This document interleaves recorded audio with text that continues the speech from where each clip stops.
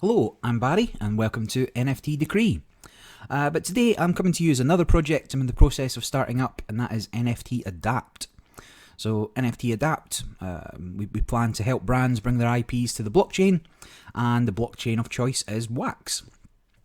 However, I do feel there's been a few missteps with the recent Wax releases, which has reduced my confidence in the platform, and a few things I'd like to see changed or improved by the Wax team.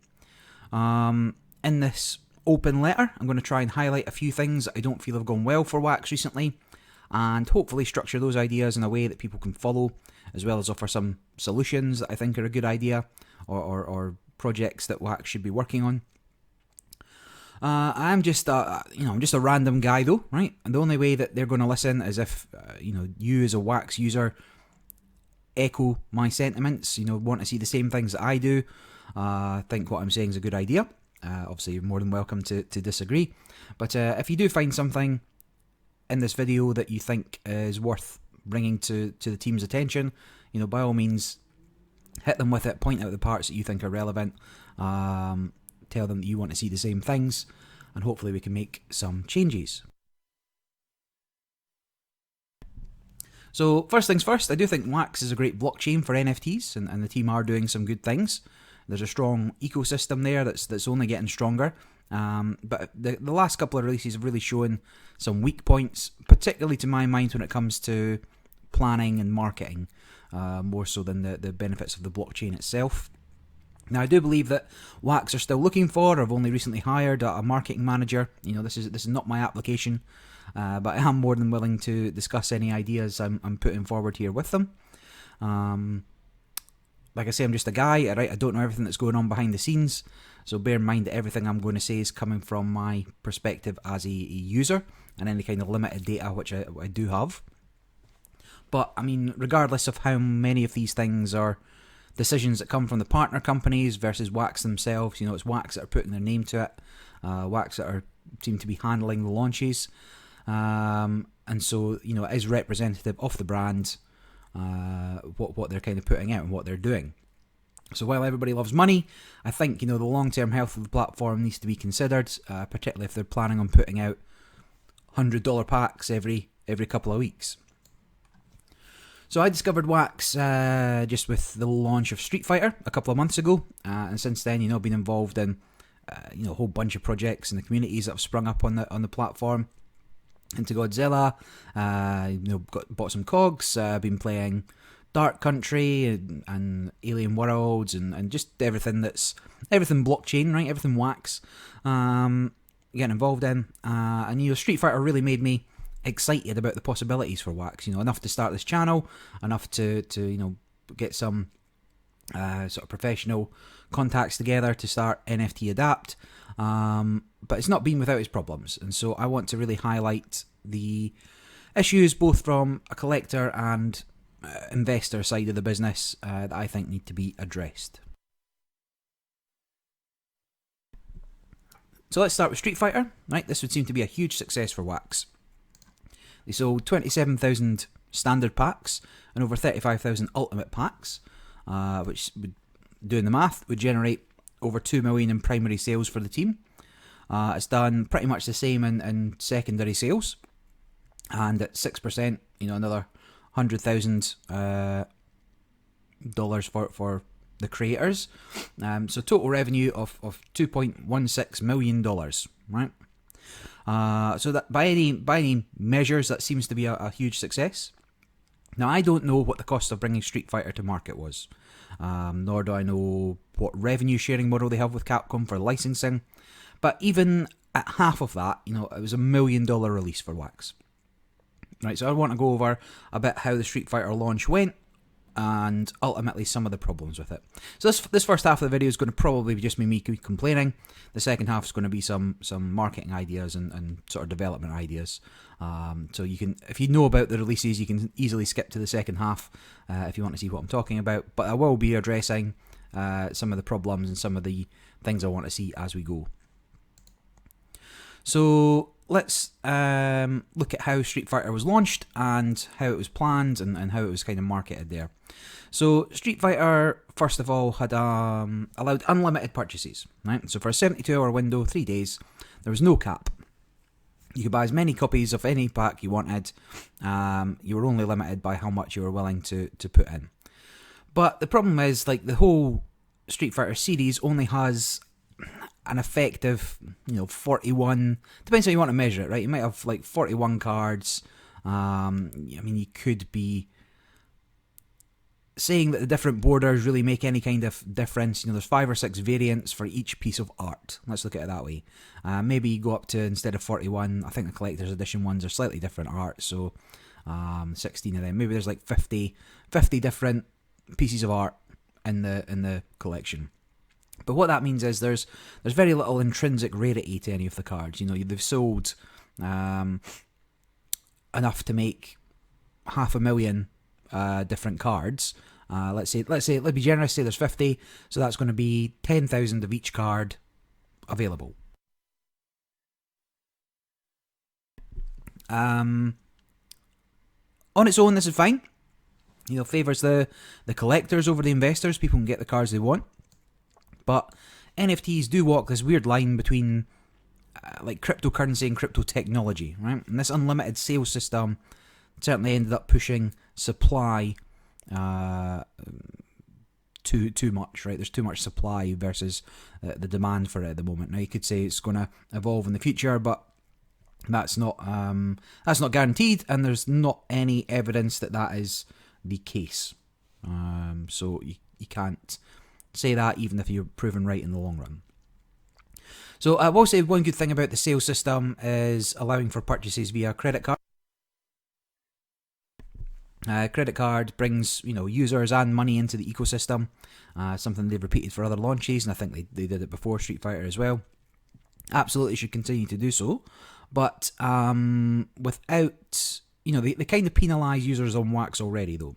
Right, there's no way for people to use wax to buy these packs for any of their launches, and wax users are left to buy on the secondary market at a markup for no additional benefit.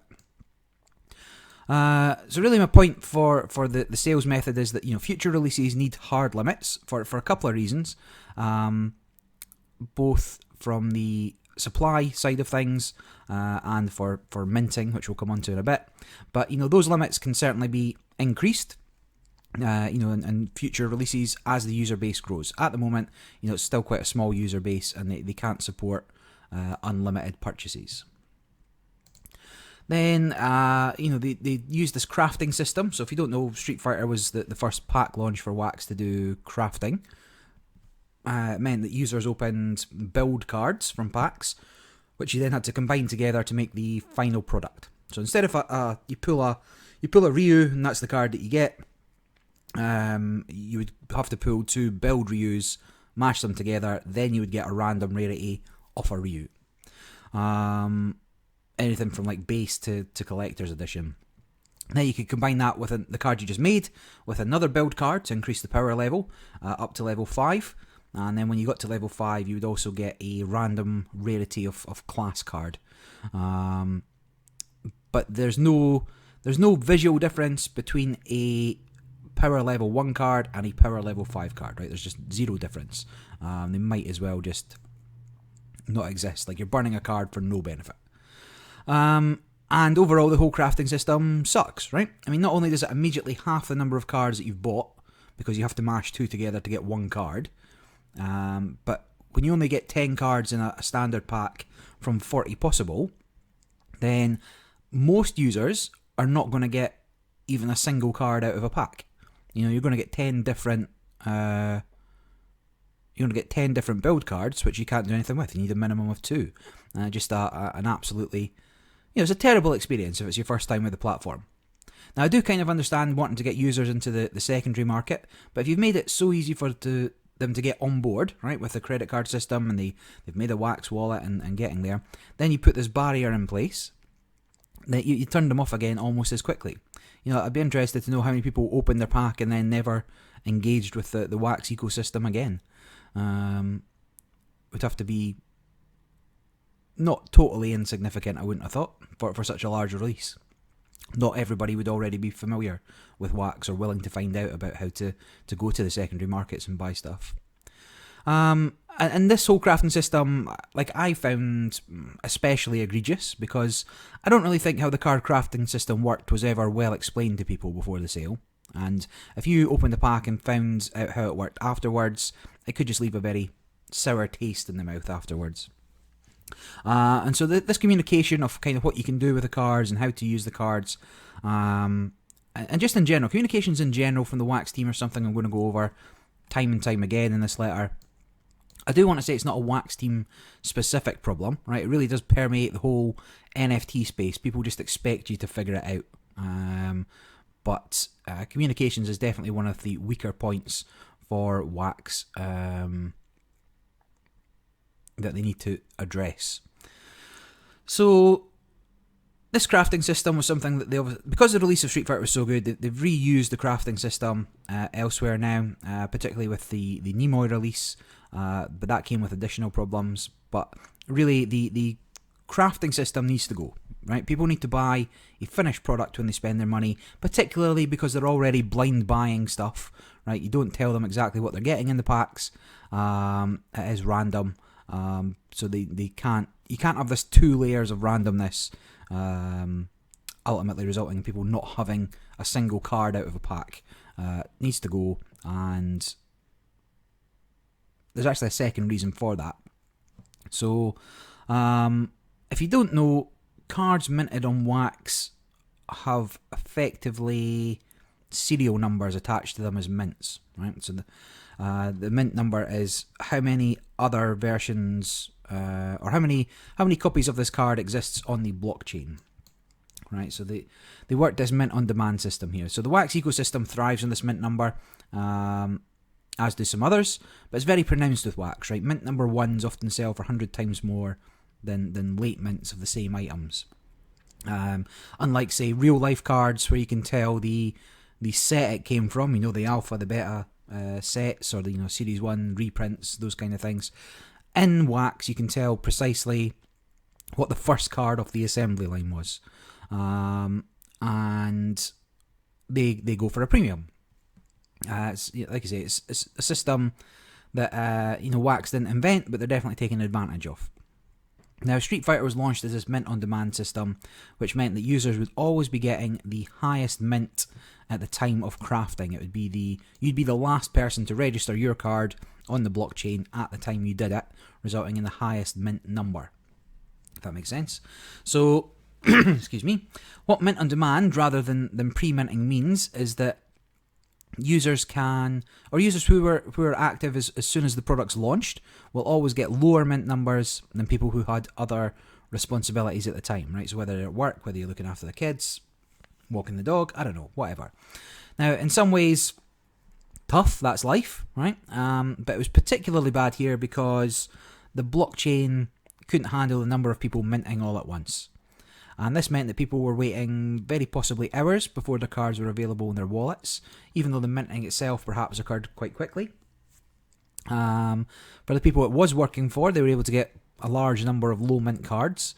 And actually some blockchain developers were even able to bypass the website system and craft directly, getting access to even more number 1 mints. So this quite correctly caused some outrage, and certainly the Wax team have made inroads into handling large launches. Still not perfect, and they're still very much focused on this mint-on-demand system, which really needs to go.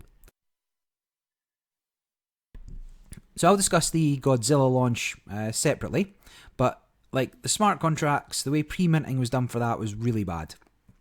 Like Godzilla is not the solution to how you do the difference between pre-minting and mint on demand. So pre-minting, everything's already available, already minted. You get a random card regardless of when you open it, as opposed to the mint on demand system. But they need to work on a true pre-mint system going forward in order to mitigate the problems of coming along later, in order to mitigate the problems of not wanting to kind of open packs, because that's kind of what we're coming onto here. So, excuse me. So after like the initial hype wore off, everybody's like, yeah, open my packs, get my cards, cool. It started to slow down. A couple of reasons. First being you couldn't get a low mint anymore. And the second reason, because every card you opened was the same, right? There was no chance of pulling a rare card immediately from a pack. They were always going to be a build quality card. And similarly, the actual pack openings were really boring, right? There was only one animation. It wasn't mind blowing. There was nothing to make you want to open another pack to see what you're going to get. And so at launch, only about half the packs were opened. So off those 20,000 and 30-odd thousand packs that were purchased, only about half were opened. And so whilst Wax have been pushing people to open cards and burn cards, burn packs even, I'm going to come on to, still around about 35% of all packs sold are sitting unopened, right? So 43% of standard, 35% of ultimate. It's a lot of cards still sitting unopened. So some of those are undoubtedly for collectors. These packs can again have mints, right? They can have low mint numbers, but there's very little value in opening a pack because most of what you get now is available in the marketplace for cheaper, right? People were flooded with the same cards over and over. Again, the whole supply and demand thing. Supply far exceeded kind of what people were looking for. Everybody got packs that wanted packs. There was no... it's only people coming in late that really drove any kind of secondary market, or people that could only buy on Wax because they didn't have access to a credit card. So again, punishing people for already being in the system. So packs need to be exciting to open. The art for the cards needs to be of a standard designed to wow. Like I'm not going to go too much into the art for Street Fighter. It is what it is, but it's just basically static images, maybe the background scrolls. It's not exciting. You need to wow people. These are digital cards. There's no real reason to not have something amazing. Needs to be planned and have a much better collection put together. So like I say, only about half the packs were opened. Anyway, the fallout of this was that the crafting system led to a flood of these class cards, which you get as a bonus for leveling up to power 5. And, the mint numbers started getting into the thousands. People stopped making cards, and then you're sitting with thousands of unopened packs. You're sitting with thousands of build cards unused. You're sitting with thousands of class cards unused. So, something people quite rightly started complaining that, well, what am I supposed to do with these? There's nothing to collect anymore. There's nothing to do with them. So to help combat this, and then only after people were complaining, Wax introduced additional crafting recipes to encourage people to use up these spare cards, right? You could spend, I think, maybe like 10 different class cards or something to get a gold bordered card, so new art as well. But the way this was launched was, again, a shambles. It was poorly hinted that something was coming in the Telegram group, and then just randomly dropped on people in the middle of the day with no prior notice. So again, this resulted in a few people getting low mint cards long before other people even knew it was a thing. A lot of people were just seeing these cards and like, wait, where did you get that? How did this come about? Forcing this kind of volatility onto the secondary market when it launched, isn't good for longer term value. If people wanted to, people had things up that were then underpriced. Suddenly there was an increased demand for something that people couldn't respond to because they never saw, they were never told it was coming. These, wasn't good. But these new cards saw like a flurry of activity, but again, just very quickly stopped as the possibility of a low mint number was no longer feasible, and did very little at reducing the overabundance of cards in the market. And then very quickly, the price of things went back. Everybody got the cards they wanted. The people that had spent money on the golden cards themselves, they're now about 20% of their starting price, and that's not taking into account the drop of the price of Wax, or change in the price of Wax, I guess, from the time golden cards came out. And so just was, again, communication. People need to know in advance what's happening, and really it should have been planned from the beginning what's happening. And you can't just drop things on people like that. But then you did it again, right? And this time, another golden card, but this time you'd burn a whole pack, right? So you'd have to use a whole standard pack that you hadn't even opened as part of this requirement to craft a new golden card.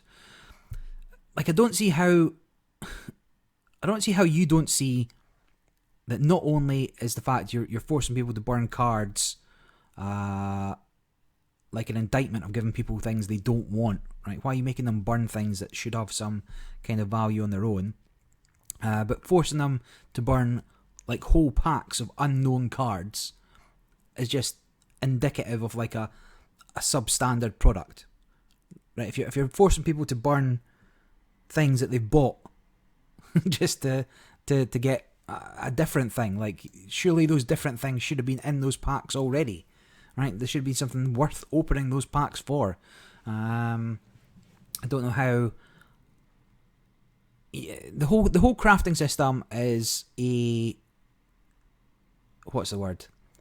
Not a trap. It's not a it's just a cover up. Like, it's a plaster for what should have been a better planned product and giving people things that they wanted. Kind of my point. But the whole thing overall is the communication, right? Adding these surprise crafting recipes only serves to screw over collectors. People who've just collected the set and they're happy with what they've got, and then suddenly you add a new thing, they don't have the cards anymore, they've traded them for what they wanted, they didn't know these cards existed. Adds almost nothing for investors, like it pushes the price up very temporarily, and then suddenly they're worth less than the component parts. What can be done with the cards and the roadmap for excuse me, any of these kind of burns should be planned and established before launch. People should know about it, even if some modifications have to happen afterwards. But you need to let people know what they're going to be able to do with their cards long before just surprising people during the week with, oh, by the way, you can burn these cards for this benefit.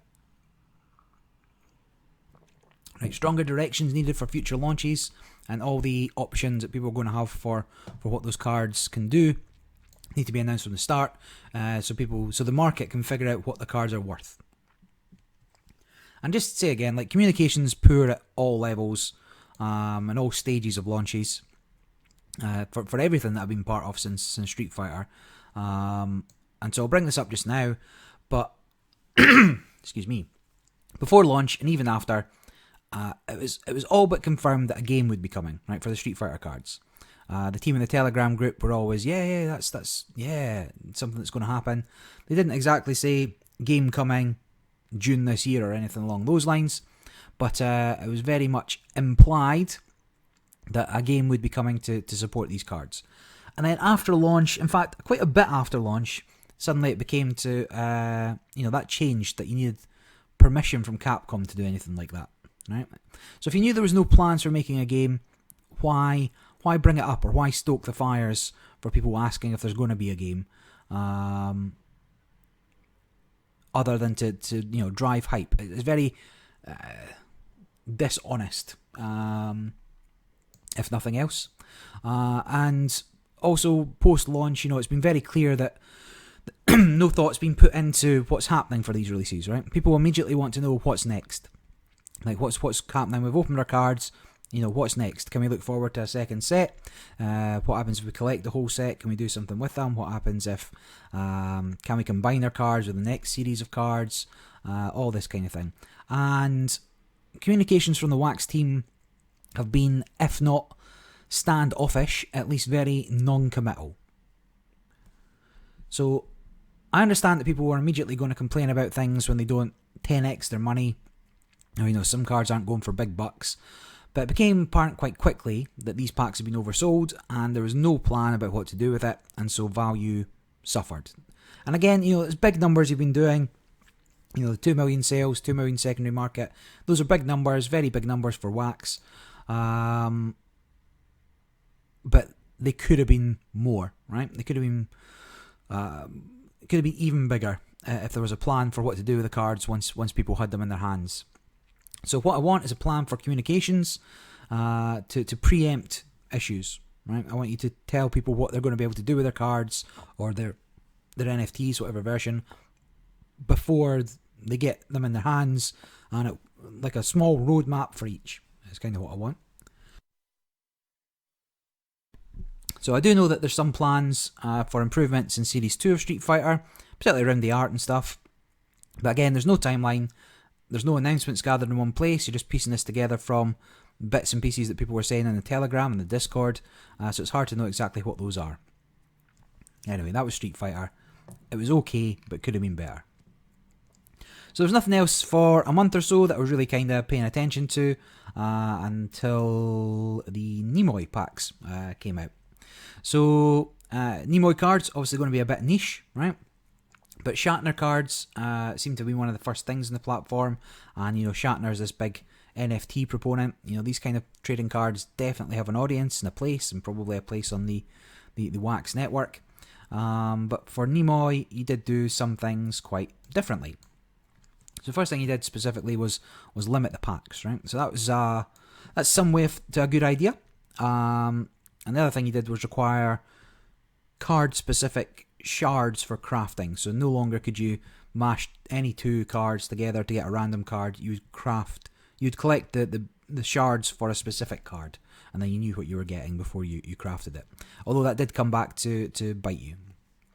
But the Nimoy packs were limited to just 3,000 each of standard and mega packs, and they must have sold out in the first 30 minutes at any rate. I was on a call, I went to buy some, all gone, right? In part, my tough luck, although in reality, a narrow escape. So the limitation's not a huge problem, but the problem was with the amount of people left wanting packs that weren't able to get anything. So you might think that's a good thing, right? NBA Top Shots killing it, and you're lucky if 20% of the people that want one get a pack of those. Well, yes and no. The difference between sort of Top Shots and Wax is the sort of the queue and the purchase limits. With Top Shots, you queue to buy one pack. Wax neither has a queue, nor does it have a one pack limit. And I'm not entirely sure there was a massive limit for Nimoy cards at all. If anything, I think there might have been a limit of about 30, so that's like 1% of the total available, right? It's just too much. If the first 100 people came along and bought their maximum allowance, and then suddenly there's no packs left. In practicality, of course, the packs ended up in the hands of a few hundred collectors, but people were upset that they couldn't buy one when other people were buying 30. So, since I've already suggested not having unlimited packs, I'm also proposing that queues and proper purchase limits be implemented. There are different ways of doing this, and I'll come on to specifics a little later on it. But the second thing for Nimoy was the shards. So like I said, this time you needed 3 specific shards for the card you wanted to craft in order to build it.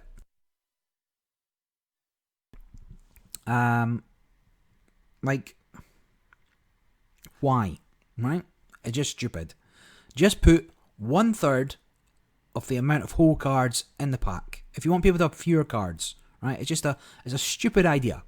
Again, I could open a pack with I could probably open a pack with a mega pack, right, with 30 shards in it, and not get a single card. Why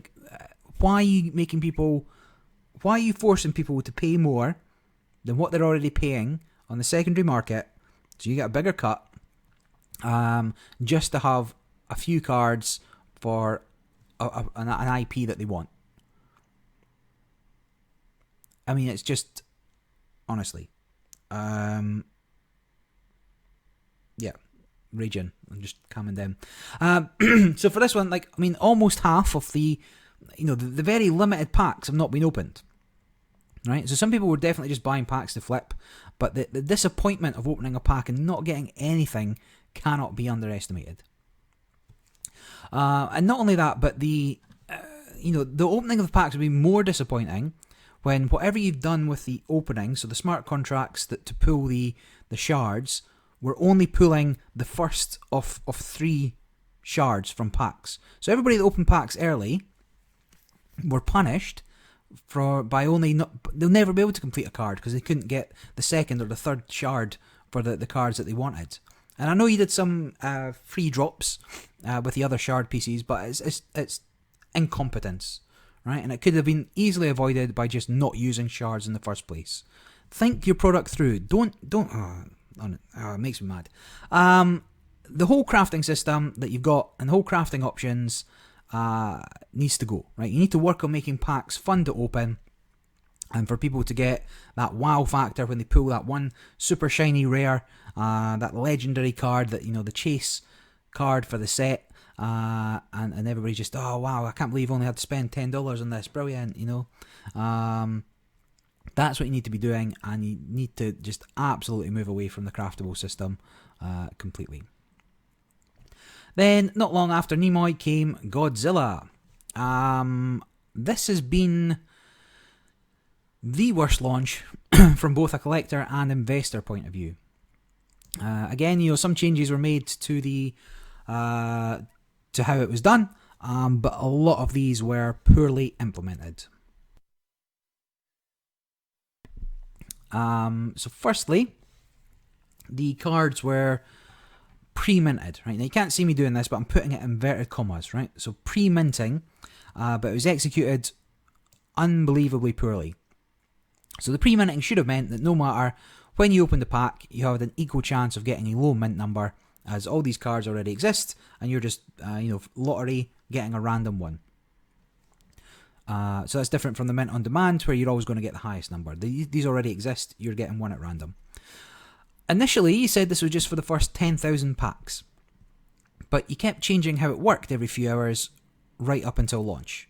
And I do feel like I'm beating a dead horse already, but your communication with users is so far beyond substandard that it's just not even funny, right? And this com plan is born directly out of a lack of planning for what the products you're going to be offering people is.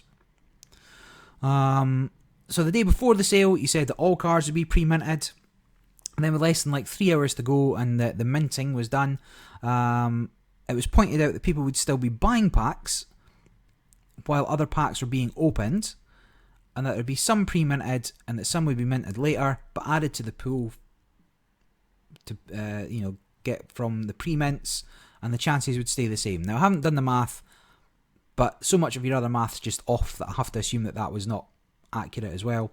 And with unlimited sales of the standard pack, you would never know how many cards you needed to mint in order for people to get what they paid for, right? So the pre-minting system was just a joke. Pack opening has to be after all sales are final and after pre-minting is completed. I don't know how you didn't see that was a thing. Then the proper site didn't go up until a few hours before pack purchase was live, and then the site information was wrong, right? The number of cards you got in a pack was incorrect. The pack said 4, the text said 5, and just again it was just a bit of a shambles. And then it became apparent that the only way to get a legendary card was to buy the ultimate packs, and then you had a 0.11% chance to get one. So meaning that to statistically open enough cards to get a legendary, you'd have to spend $3,000 buying 30 packs. Not that you could. You had the limit of 10 packs. So you were really there was just no way of getting a legendary. There's no excitement, or very little excitement, from opening or trying to collect these cards, because you're just never going to get anywhere near what you need for a complete collection. Or if you just wanted to collect the legendaries, for example. And I appreciate, things can be rarer, things are at a premium, but your user base just isn't big enough to support that kind of rarity yet. And even if it was, it's definitely swinging far too far across the line into demand side of things, like investor territory rather than collector, as there were 7 legendaries to collect. Not cool. Your odds of opening anything decent were way too low. And the fact that they swing from a $10 pack with 40 cards to a $100 pack with 30 cards. If you buy 10 standards, you get 40 versus the 30 in the ultimate pack. what you're missing out on, there was no value in them, right? Because you had absolutely no chance, or very little chance, of pulling the legendary cards out of the ultimate packs, and you got fewer cards in them. Anyway, you limited the ultimate packs to 5,000, but with no limit on the standard packs, and you should have only been able to buy 10, but thanks to a couple of payment error messages, I ended up with 20 of each. So I don't blame Wax for those errors. Like I say, onboarding via credit card is a good idea, but there should have been something triggered in the back end to stop me getting more than my 10 pack allocation. And even then, 10 packs is too much for what it was. The ultimate pack should be something guaranteed in there that people want to get, but otherwise still just the if you're going to charge it at a premium, if it's not just a bigger pack, there should be something in there that you're guaranteed to get for the price that you're paying. And similarly, there needs to be checks and balances. If I've already been assigned my limit of ultimate packs, I shouldn't be able to buy any more. Like, plenty of people got their orders cancelled, and I ended up with 20 packs. People wanted packs, and they couldn't get them because people like me either got them in error, or people were deliberately going back in and trying to buy 10 packs again, 10 packs again, 10 packs again. So the distribution of the packs needs to improve. The pack limits need to be enforced. A queuing system needs to be implemented. People need to get a chance to get some of these rarer packs. You need to have a much better distribution of the rare cards, because even though I'm saying that there's not that many people involved, there's still more people involved than we're able to get it. You just need to balance that better and sort it out. I'll come on to specifics again a little later.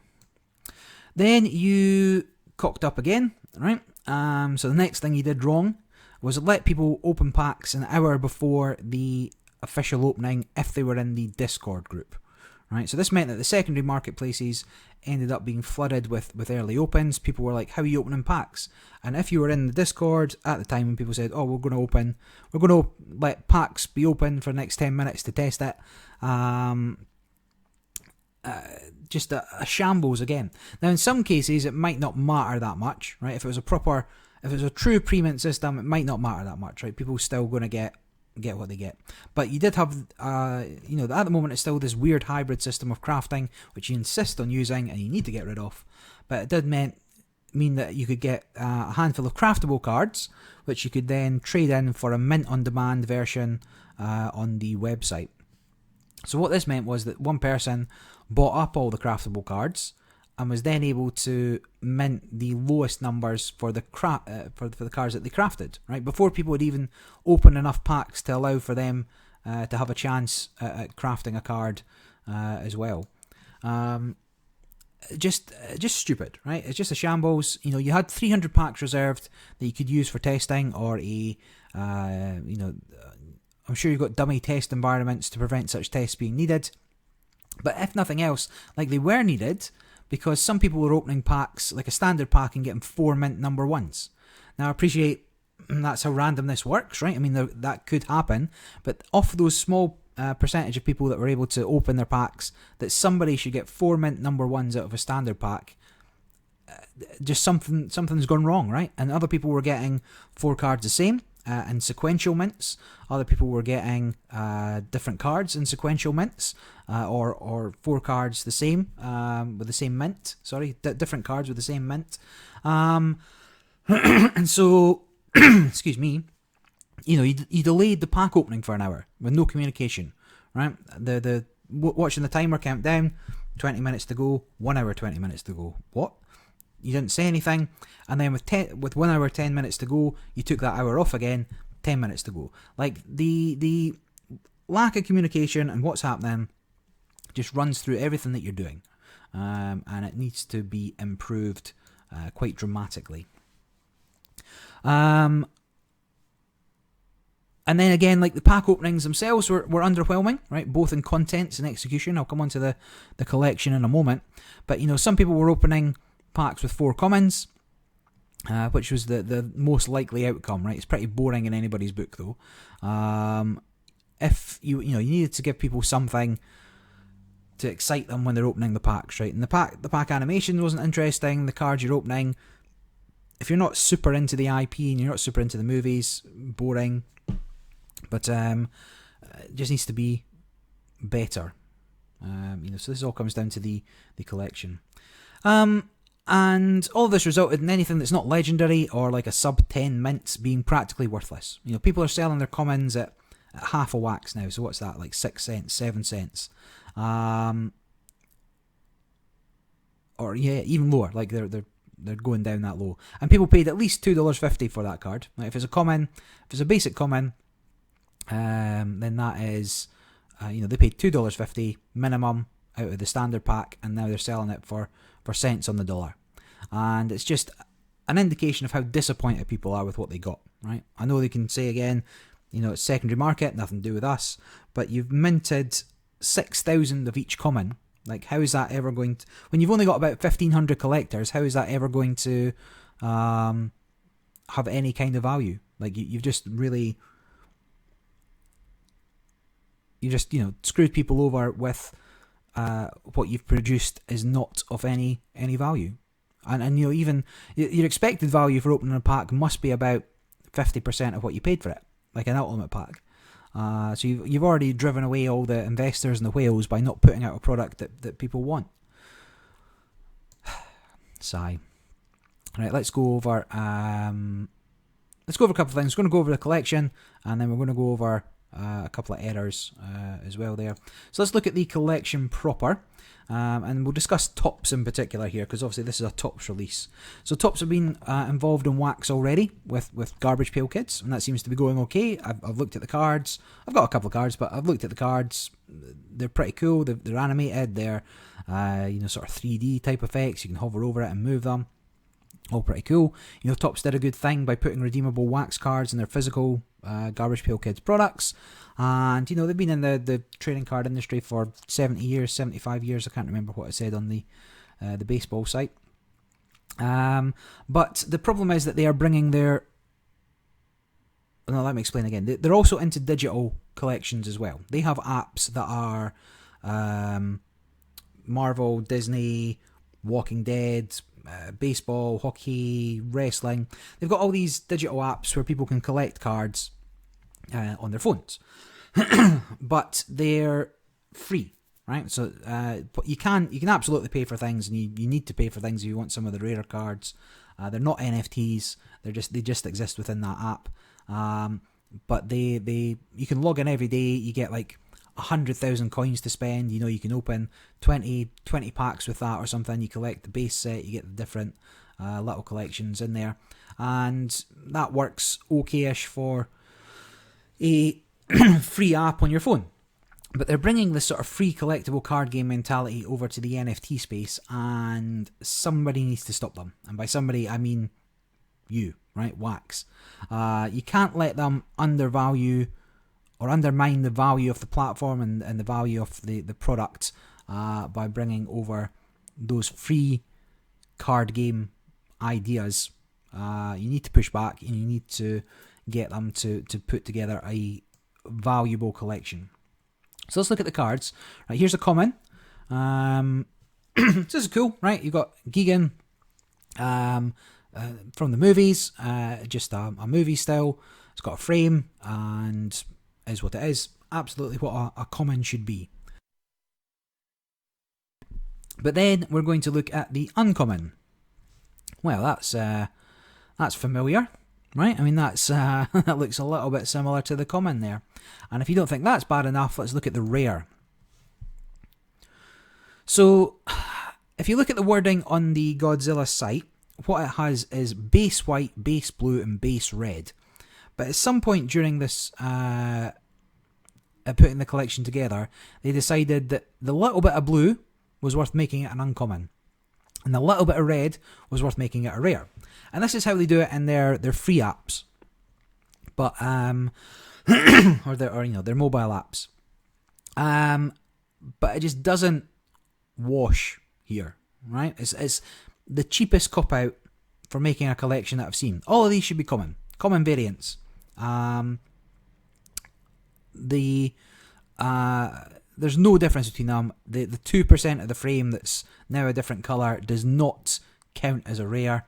And I appreciate that theoretically there's fewer rares and uncommons, so just by the limited nature, but there's already so many of them that it doesn't make any difference. There's 6,000 common cards, there's 3,000 uncommons, there's 1,500 rares, if not more, in total that have been minted. It's just not valuable, right? So, but let's assume that if there's 6,000 of each common, let's assume you've got different coloured borders, suddenly you're 1/3 of that, so now there's only 2,000 of each common type, right?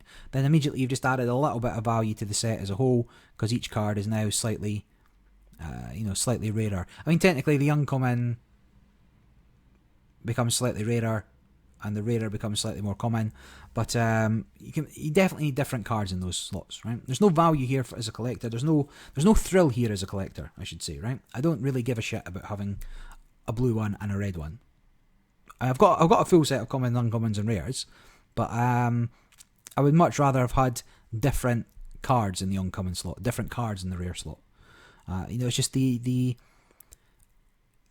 almost contempt for the people buying your product. It's just not on. Then in the rares we also have this repeating mural art, so that's going to reoccur as you go up the levels. I think that's okay-ish, but not ideal. Then we've got the super rares. So the super rares have these rookie cards, the comic covers, and this one sketch. There's only 5 rookie cards.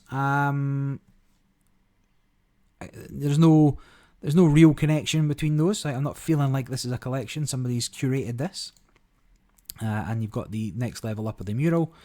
Then you've got the epic cards. This is the first ones that are animated. So you've got the sort of animated movie styles, an animated comic, and a chibi, right? So again, there's no real collection here, right? There's just a bunch of things, and then you got the next level up, which is just a signature on top of the art you already have.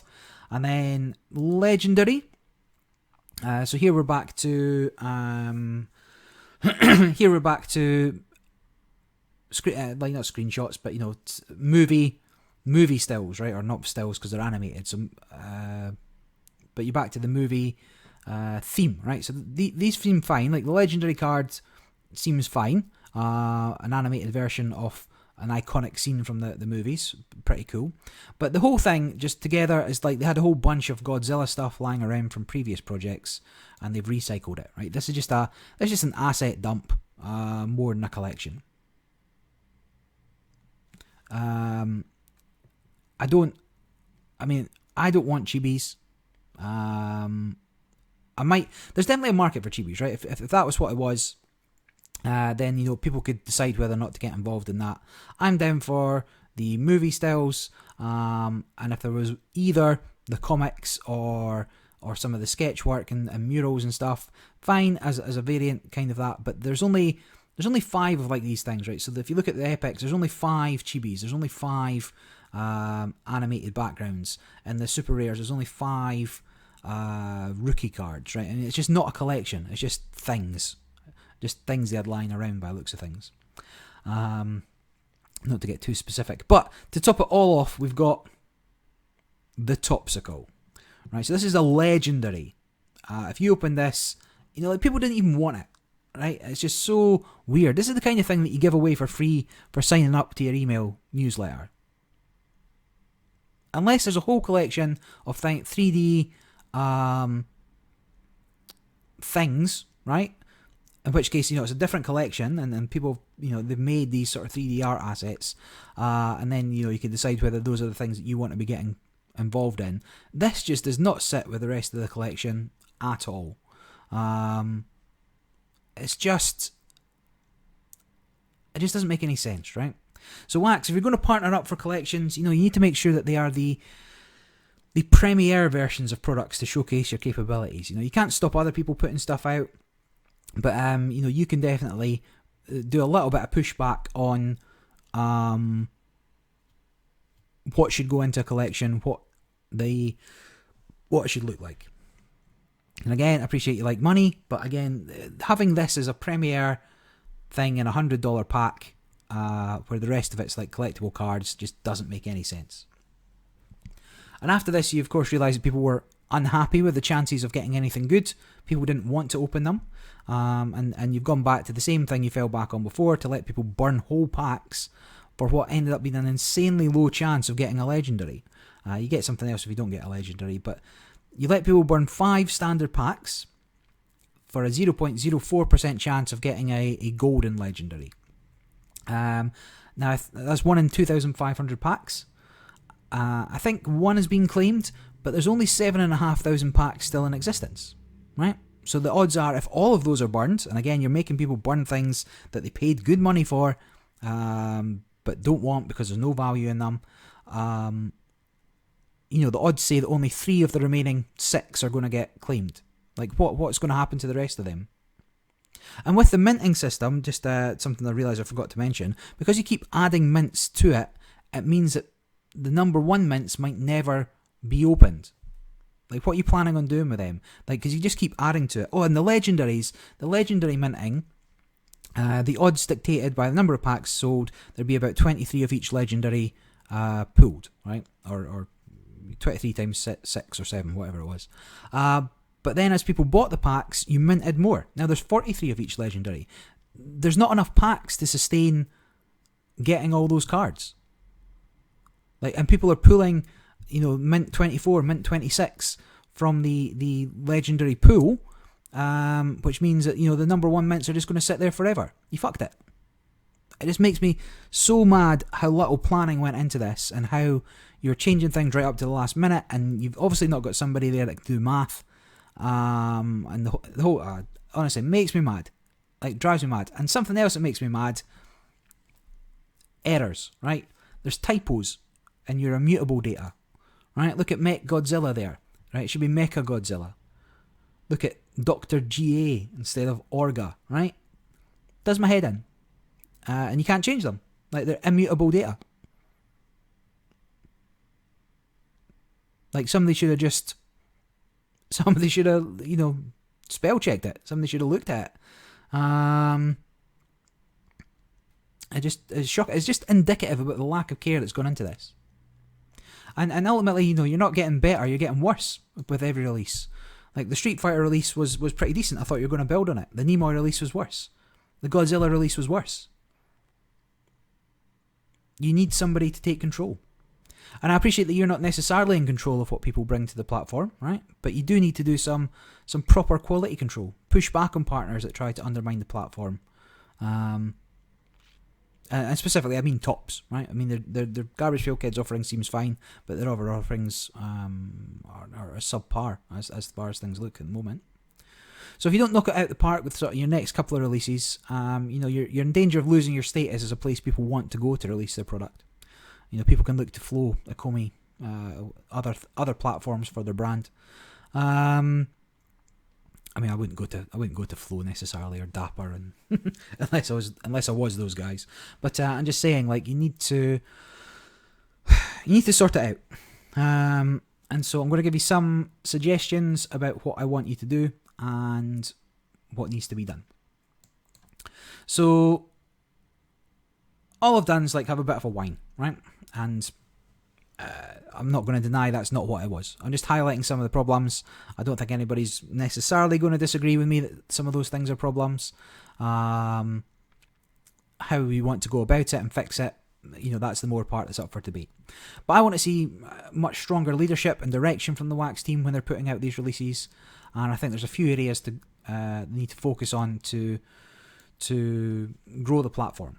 And I know not all of this is going to be down to the Wax teams, but they can definitely have an influence, particularly with the people you choose to partner with.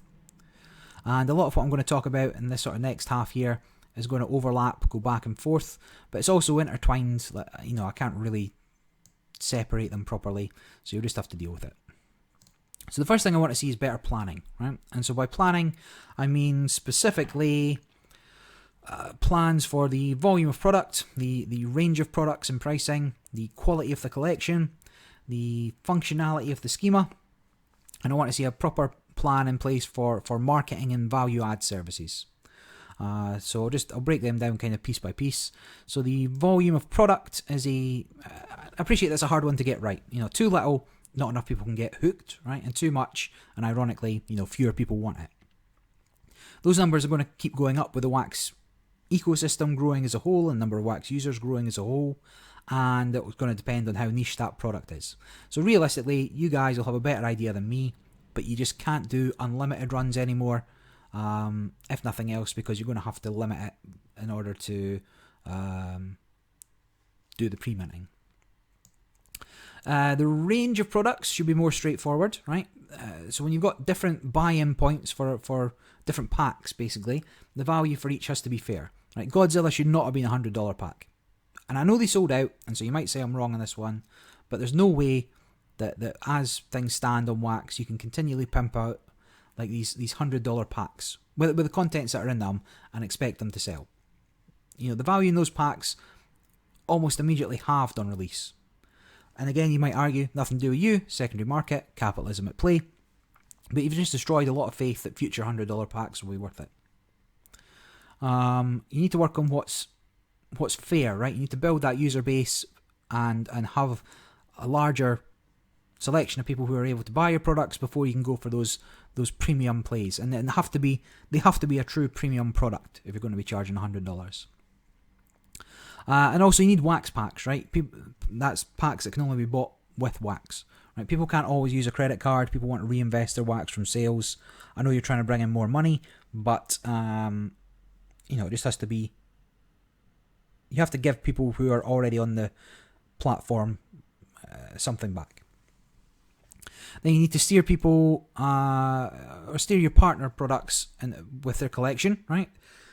The mishmash of styles in the Godzilla release ended up being off-putting, at least for me. I would like to see strong collections, right? Even if it ends up being multiple collections. If you had a second Godzilla release that was all chibis, fine. I might even buy them.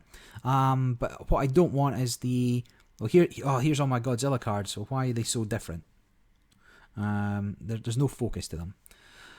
And I want you to help partners future-proof schema as much as possible. The immutable aspects versus mutable aspects. If it's a card game, make sure people understand you could have the art on the front and that be an immutable part of it, but you put the stats on the back, right? So you can edit them for gameplay functionality, right?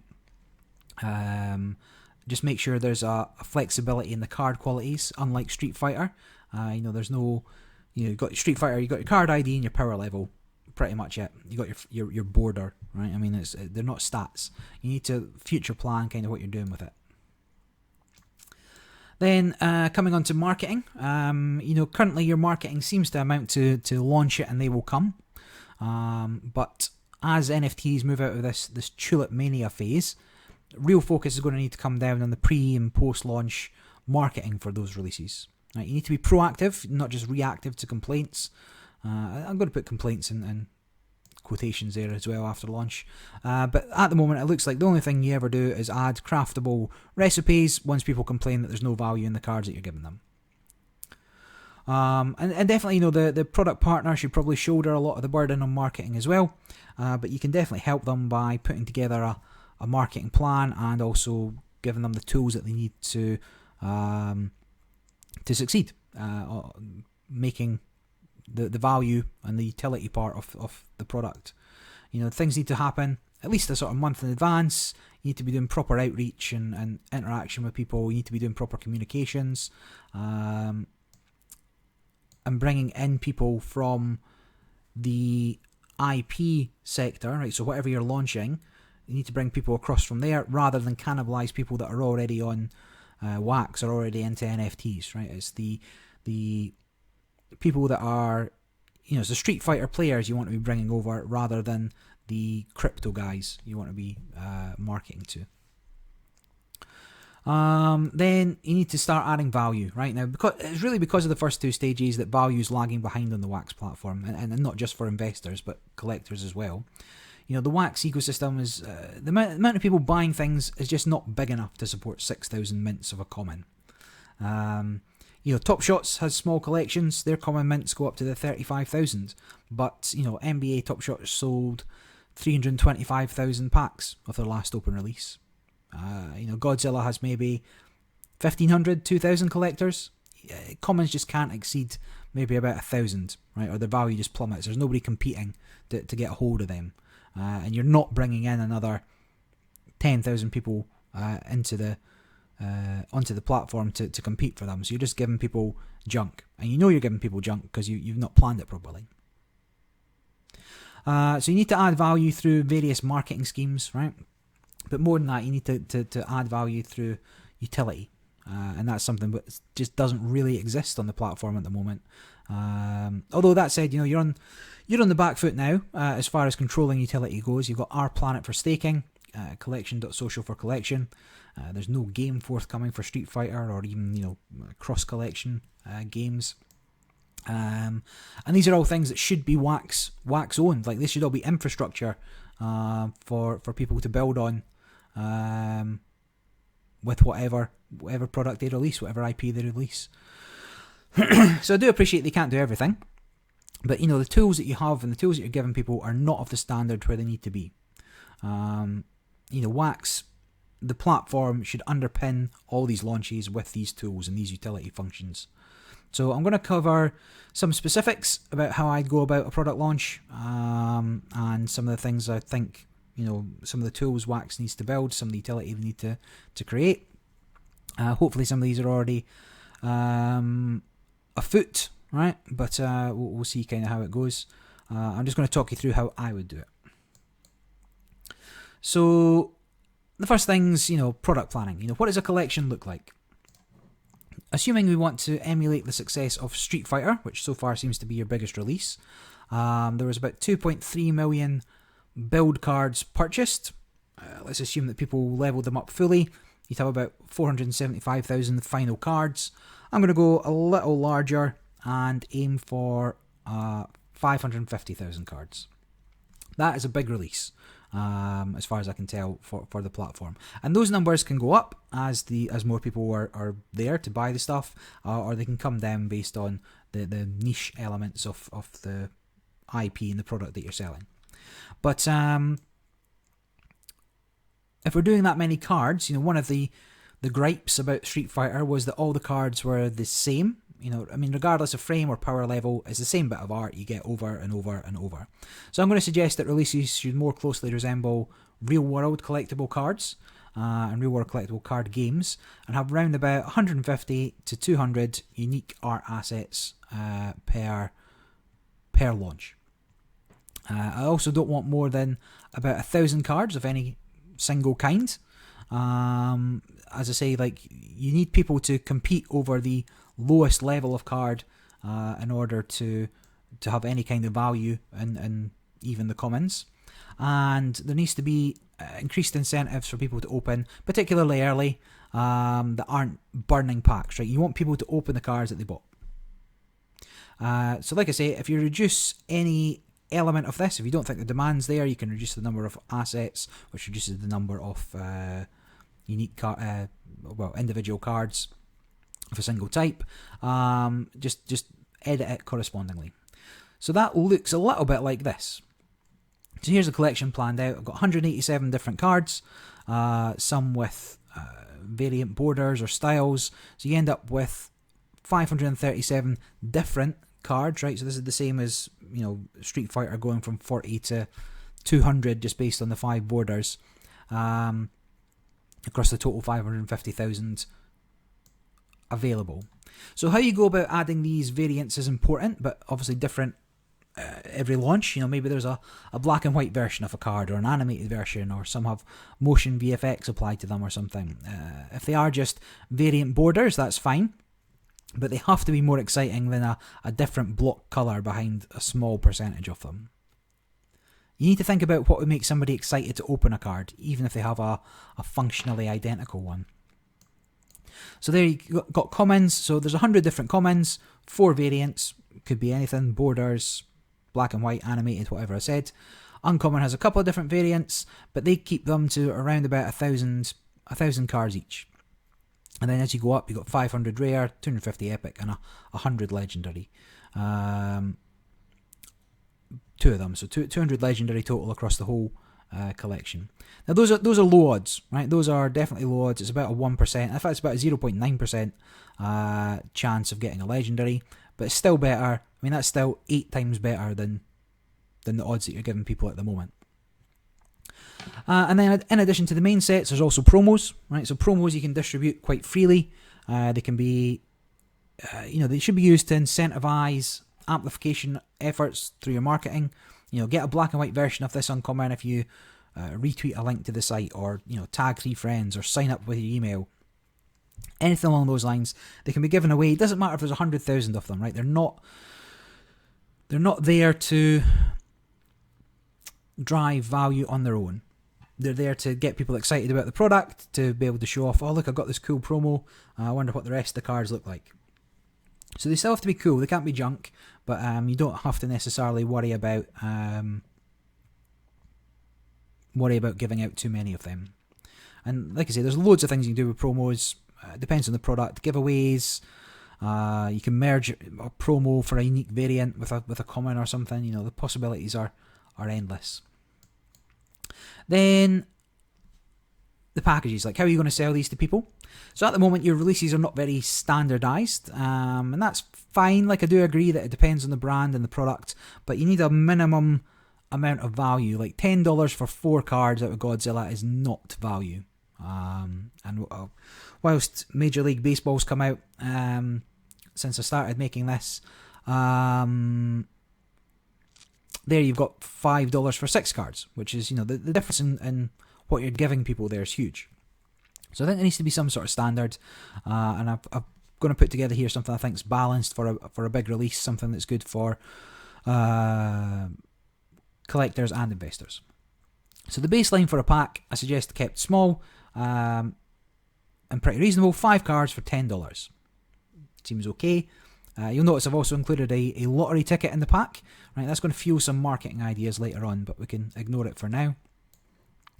Then you've got your ultimate pack. Here it's just directly 5 times the standard pack. So if the ultimate packs are simply a larger version of the standard packs, I'm not convinced you need to necessarily further incentivize it.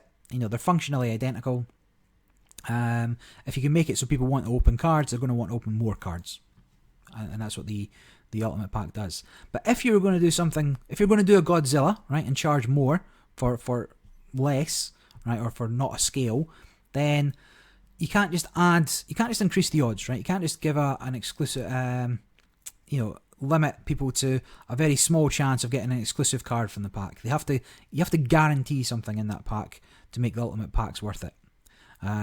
If you were to include 5 guaranteed or one guaranteed super rare that you can't get out of the standard packs, then they then have a value, right? People have paid the additional $50 to have that one super rare, so that sets a value for people for what they're worth. It means people can get them quickly, and if they want to try and flip them for $60, $75, $100, depends how desirable they are, right? But they can't be it can't just be a small chance to get something. And then the last pack you want to sell is a wax pack, so something that's purchasable with wax, and that number can vary. The amount of wax can vary by the dollar value, and you get something a little bit different in it. So I get that partners don't want paid in wax, right? But tough, right? We're going to need wax for some of the further ideas that we're going to run here, and if they're not, if your partner's not plugged into the system, like if their value doesn't go up in conjunction with wax going up, then they're kind of a shitty partner. But this pack really there to reward wax holders in some way, and not force them just to buy the same packs on the secondary market once people are trying to flip them. So you'll see that the wax pack numbers are not directly correlated to the increase from the standard pack and the ultimate pack. Comparatively, they get 25% fewer cards and 1.5 fewer lottery tickets, but it does give the opportunity to add an exclusive, probably wax branded or partner branded NFT, right? And this should be something that makes up that difference. If you're getting an NFT, it should be worth the $5 you're missing out on, plus the the 1.5 lottery tickets, whatever the value of that is. So again, they can put a value on those, but they're able to spend their wax on something exclusive to them. So if this was our release, and to get the numbers that I suggested in the planning phase, it would look a little bit like this. So these numbers are a bit punchy, right? But other than the optics of them not selling out, it doesn't really matter if they're not all sold, right? Because we've not yet minted any of the cards in my version of events. So let's say only 25,000 standard packs were bought and 6,000 ultimates. You're only going to mint cards to the degree that they've been sold, and because they're equally, you've got an equal distribution, it's not making any difference, right, how many get sold in the end. If you don't think you're going to sell that many, then you can just directly scale things down. But something like this, I don't see why it wouldn't sell out for the right release. Again, Major League Baseball's kind of come since I started making this, and they've doing even bigger numbers. But if you thought an IP wouldn't pull in as much, just half the quantities, doesn't change the principles. You could half the assets as well, taking it closer to the 70 uniques, so that's about the size of Godzilla. But obviously it means halving the income. But let's say we sold all of these, then our total sales would be 1.125 million in primary sales. So it's a lot more than the 787,000 from Godzilla, but still only about half of what Street Fighter ended up making. But that extra sort of 500,000 is not free money, right? You need a strong IP and a strong marketing push in order to make it there. And whilst my suggestion's one way of doing it, it's not the only way of doing it. You could have things like pre-order exclusive packs with unique borders in it, a standard run to follow.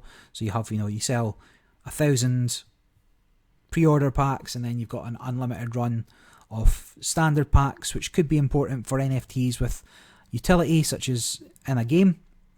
And if the concern would be that the 1,000 packs sold would be too small to accommodate a growing player base. There are other ways of going about it. It depends on the product. So then, like I said, with Street Fighter, there's not a lot of utility in the cards themselves when the only stat is the card ID and the power rating. So I just wanted to quickly touch on that at the planning stage. And the key thing to think of at the planning stage is to allow for utility.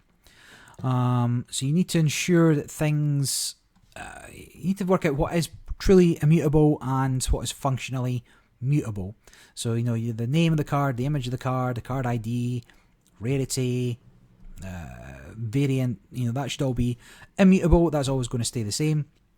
But something like the back image could be mutable, right? That could include the stats, flavor text, it could include power, cost, all those kind of things. If it's a sports card, you put the season stats in there in case they get or season stats to date or something.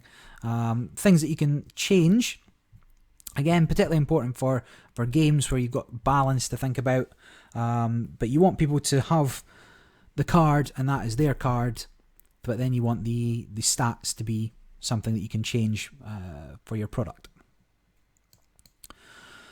And finally, for planning, I just want to talk about distribution and fairness at launch.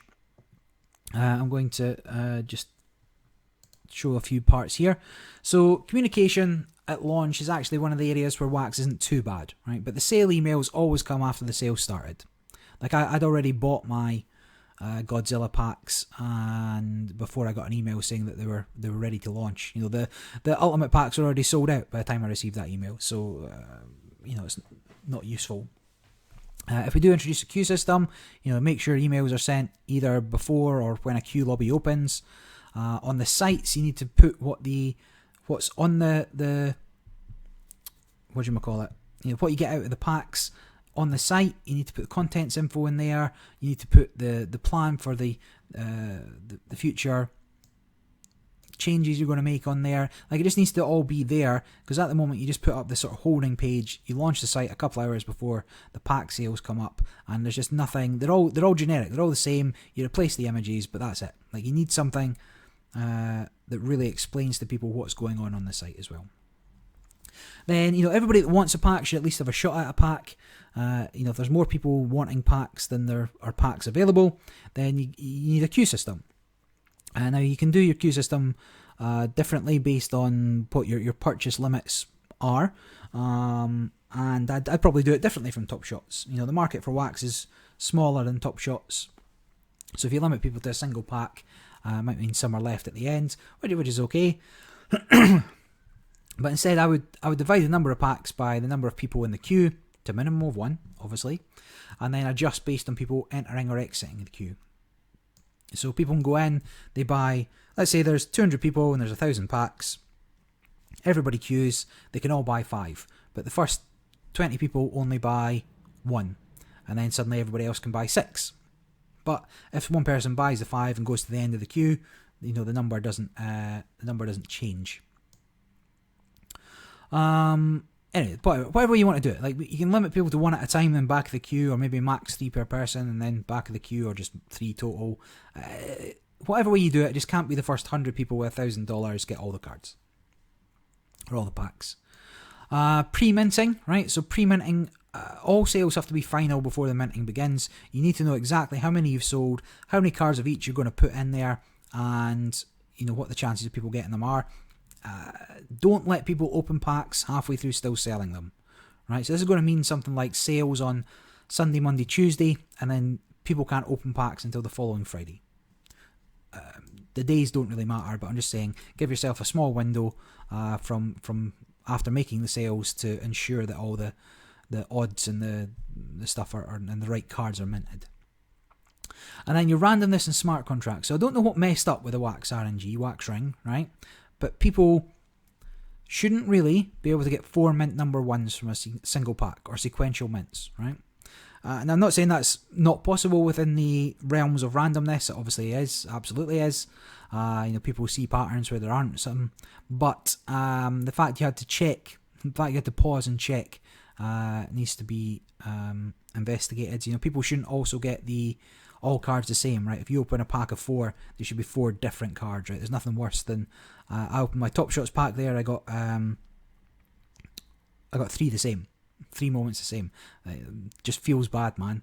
Right? So you need clever, smart contracts to handle that, to make sure that people aren't getting the same mints, they aren't getting the same cards, and people get a fair distribution of luck. Now, I've got to admit, this is one area I don't fully understand, because I know you can't pre-assign cards to packs like in real life, because it's blockchain, it's all open, people will see what ones have the best cards in it. But there might be an option for pre-randomized packs, like everything's already categorized into here's the 5 cards you get when you open it, or here's the 30 cards you get when you open it, or whatever else. You can make it more like real life. So, you know, 5 commons, 2 uncommons, and a rare in every pack, something like that. But as long as your product volume is based around those distributions, then it seems like it should be possible. And there's a whole bunch of other things you can do with that. You know, maybe there's a pity timer, like if no super rare has been opened after 25 packs, the next one gets one. And even if that's trackable on the blockchain, you know, you've still got people competing to be the next one to open, so that's fine. Maybe you could have God packs, right? So those are like rare plus only after every 2,000 packs are opened, or a percentage chance.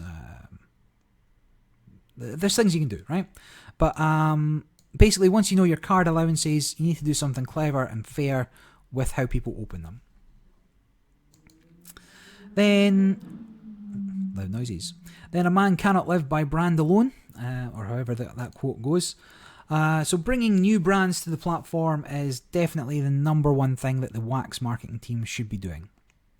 And realistically, I do feel like the marketing team from Wax should have less to do with the individual launches and work more on their platform development and make brands want to come over onto Wax, right? But regardless, for however long as Wax are going to be doing the marketing for every big brand they bring on, then they need to be making some good strategic decisions. Right, so that can be broken down into pre-launch, launch, and post-launch phases.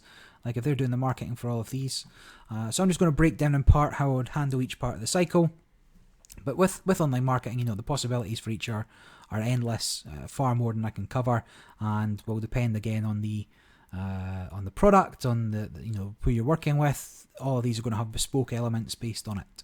But what I'm just going to say, the focus for the marketing stages is to grow and bring people onto Wax from the fandoms for the things, the IPs that are launching on there, right? Remarketing to people that are already in the system is a lower priority.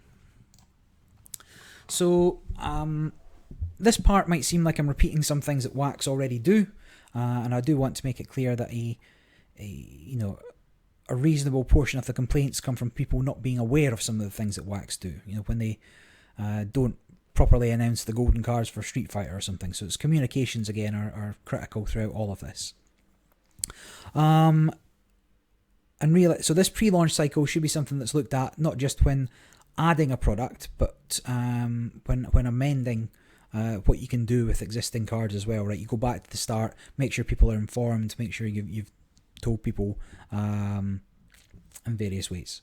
So whilst this is, again, Wax are doing a lot of this, if you're doing your own launch as well, you can maybe take a little something from it. So Wax do have a Twitter, a Telegram, a Discord. Historically, the problem was that the updates were staggered on each, or they only go out on one. So the the beta test for the Godzilla pack open, as far as I'm aware, was only announced on Discord. If my suggestions on pre-announcing any changes and the launches and doing all this is taken to heart, none of this is going to be a significant problem anymore. But you just can't launch something or change something without notice, is my point. So you have to increase awareness and make sure people know where they can go to get that information from you. Put TikTok in there. It's an interesting platform to explore. There's loads of crypto content and NFT creators on there. Definitely worth working with some of them, or looking to work with some of them for as influencers and being able to reach different audiences. Influencers, influencer marketing is a thing, right? You want to reach out to people. They don't have to be the biggest guys in the space, just active. You're looking to grow both them and you simultaneously and bring them up. And as long as the content they're producing is interesting, there's no reason not to work with them, give them a review, card reviews. So when you've launched the site, maybe you put all the commons and uncommons up, and then you work with these different influencers to do card reviews on the rares, or maybe the super rares, or whatever. If you've got 20 or 30 cards you want them to show. If you do a queue system, then again, steal Top Shot's Twitch stream idea. Have people present in the lobby, in the queue. They can talk about the product, they discuss the brand, they can speak with representatives either from the brand or Wax themselves, give people updates there. You're already doing pack giveaways, keep that going, let those guys do giveaways as well. There's lots of ways to work with influencers, but again, don't focus on people exclusively in the NFT space, focus on people in the brand space. If you're working on the Alien quadrilogy, focus on movie and sci-fi accounts, or those with a slant to general geekery. Then pre-launch, your sites need to be better, right? Your websites are half-baked. They don't let people know what to do ahead of time. The site needs to be up in advance, right? And more than a week in advance. I'd say a month in advance anyway. You need a section on the process of buying and opening and what people need to do. The collection needs to be live. People need to see what they're able to buy before packs go on sale. Like I say, if you are working with influencers on reveals, get the rest of the collection up ASAP. Put the other cards with question marks beside them, waiting for the reveal, but make sure that's done in plenty of time for people to see what all the cards are. And I'll speak a little bit more about the utility of the websites in a moment. And last part, gathering emails for marketing launch, something you already do, but you can incentivize it with those promo NFTs we discussed, or some other kind of reward. And on there, you also want to put the post-launch plans so people know what's coming up as well. You need like mini roadmaps or something on there so people know what to look forward to next. And again, that just requires that you've planned it out better.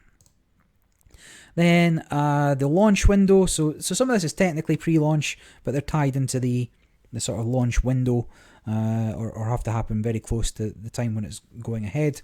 So a few things to look at.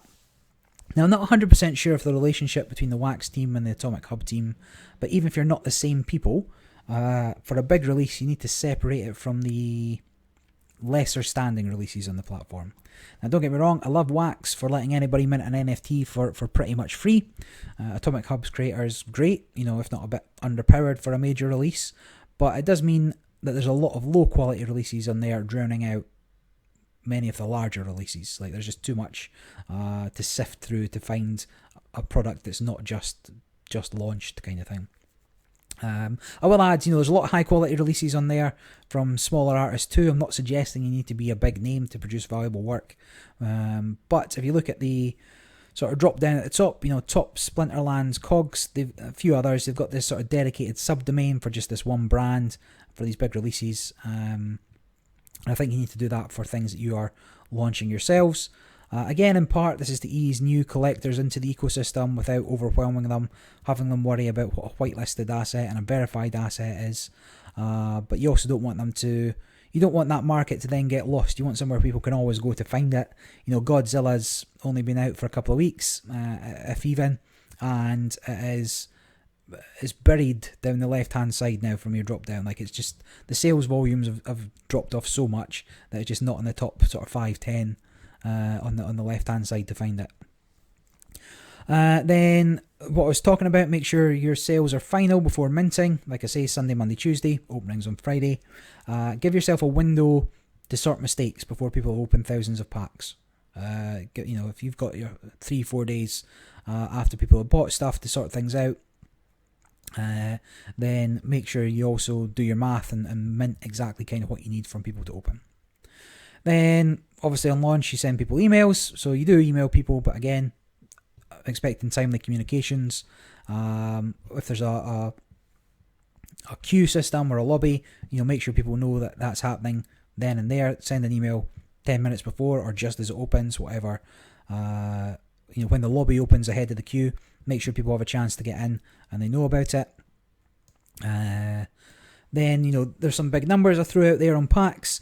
It's unlikely that all those packs will sell out day one. So make sure you have a plan for driving people to the sales pages during the purchase window, 7-hour purchase window. When I say, activate PR schedule there, I don't just mean PR Newswire or whatever, but you've got relationships with journalists and bloggers to make sure they're talking about it during the time that people are able to buy.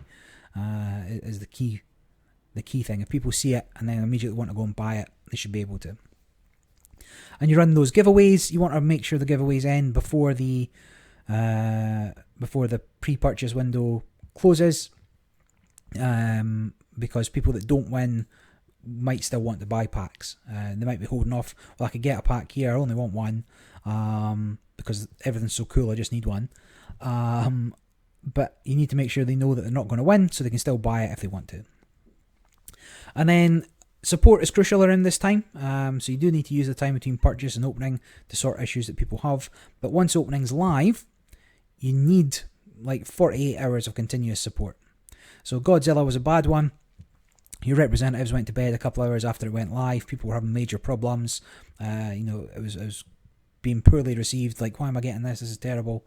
Now, I'm not saying that your guys don't need to be, not allowed to go to sleep, but you need cover for those first sort of couple of days so people don't feel abandoned after having given you their money. And you can't rely on like community support. You need proper representatives able to actually look into things and sort things for people. Then post-launch is definitely the area where, Wax is weakest, right? At the moment, the strategy is to launch it, move on, throw people a bone when they complain too much, but it's going to hurt launches if you keep doing it, if it hasn't already. At the moment, all the hype dies off almost immediately for the products. The chat is filled with people questioning what's next or what can I do with these. So beyond adding utility, which is something we'll come to, there needs to be a post-launch plan of engagement to encourage the secondary market. And I'm going to suggest a handful of ways to provide this value, both for collectors and investors. And ideally, all of these that you might want to implement will have been communicated early in the process. It's on the site. People know what's happening. There's a roadmap. So if you remember, I put lottery tickets in each of the packs sold. And people with lottery tickets in their collection will have the opportunity to win something. right? So I'd suggest that one of the most powerful ways to get people to open packs is to remove the mint number ones from circulation before opening, and then dish them out as drops for lottery winners. So I've taken this idea from the Owens cricket card game, and that had an 83% pack open rate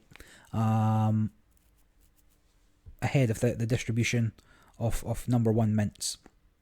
So it's much higher than any of the packs that I've seen so far.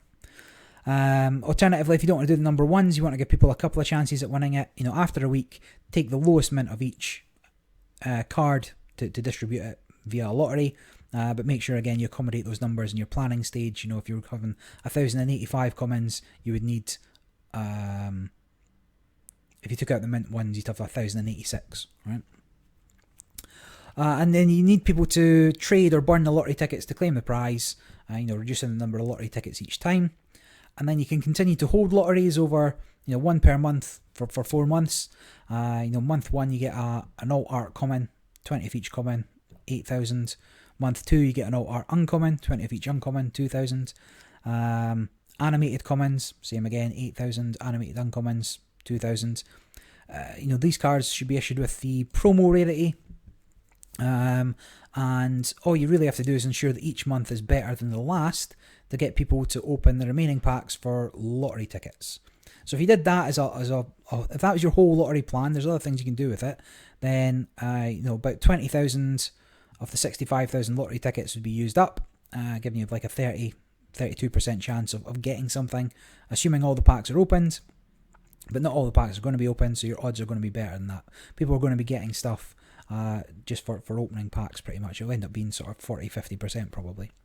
Lottery tickets, maybe how it works is totally up for debate, but non-transferable, you have to open the pack in order to have that lottery ticket, and then maybe by the time Series 2 comes out 4 months later, your old lottery tickets become null and void, and your new cycle has new lottery tickets.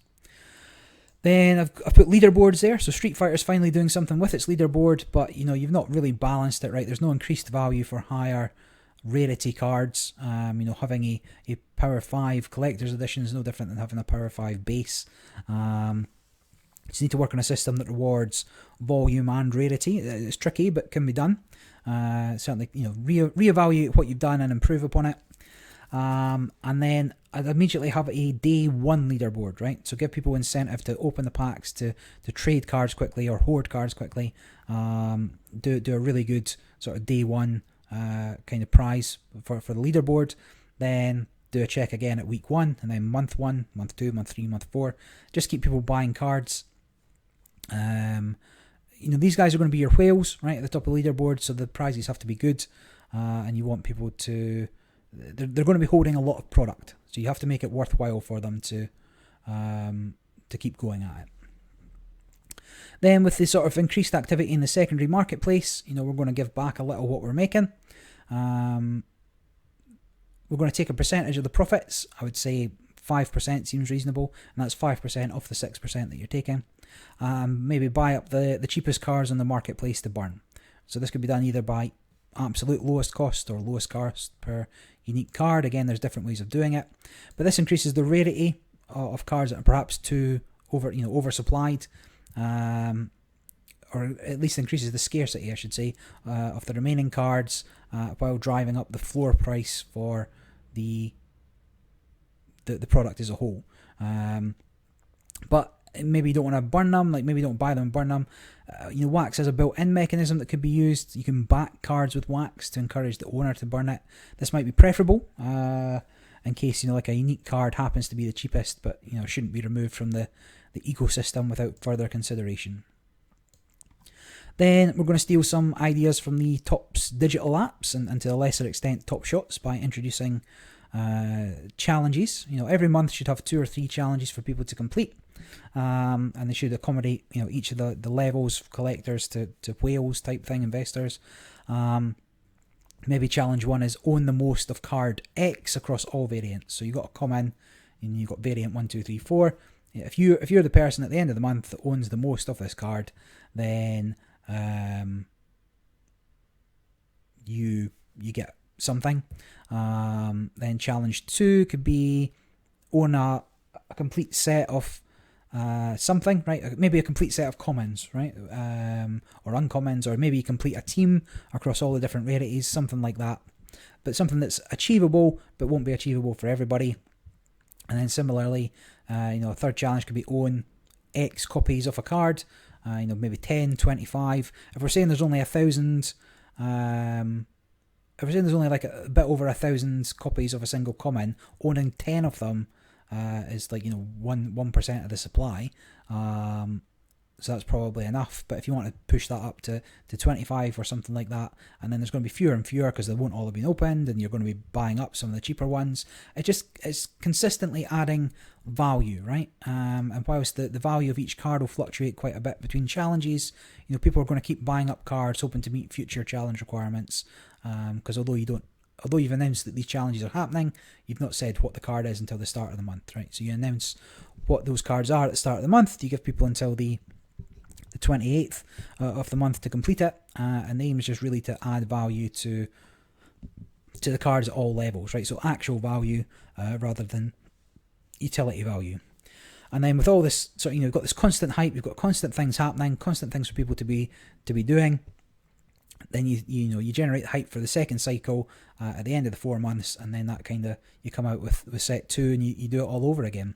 And so whilst these are all things that can be done to a greater or lesser extent by anybody launching on the Wax platform, what I also want to see is Wax to introduce some generic utility to the cards that they're launching that other people can use as well.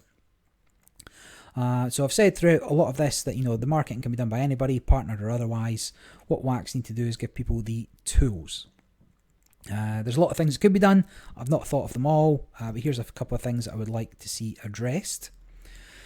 So to keep people engaged during the downtimes or when they finish the challenges and things along those lines, some sort of staking needs to be introduced, like Wax wide. Now our planet is taking some of the thunder here. I know for them it will be bad when the platform tries to compete with a product that's launched on their platform. But one of the most common questions I get across all the launches, or not I get, but I see, is people asking, how do I stake my cards? Now I genuinely believe that most of those people have no idea what the purpose of staking is, right? But being able to put their assets to work for them that adds a little bit of value from owning them is something that they want to see. So I would suggest that either coming up with something that anybody can add their creations to, or work with our planet to massively scale up what they're doing to cover everything on Wax is something that should be looked at. And then actually encouraging the collecting is something that you're behind the curve on now. Collect.social exists and continues to improve, but to my mind they're not really hitting the mark on what a collection app should be. There's a couple of things I would like to see directly.